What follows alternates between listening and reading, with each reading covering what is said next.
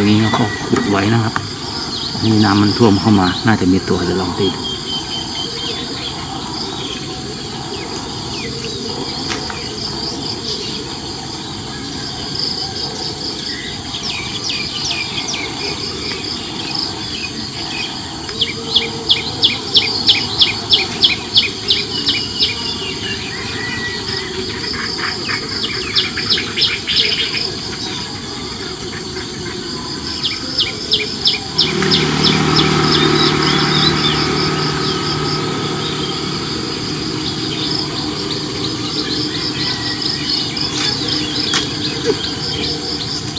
ดูไม่เลยหลุด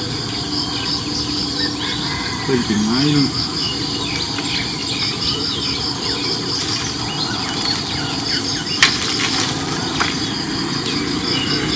แล้วมันน่าจะมีตัว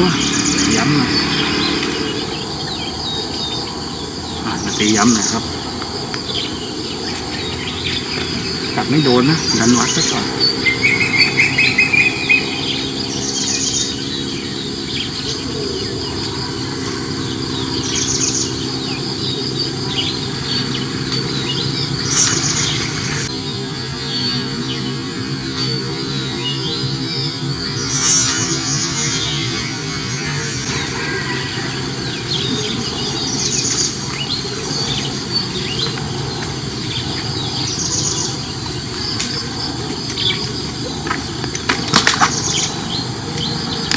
ช่อนครับ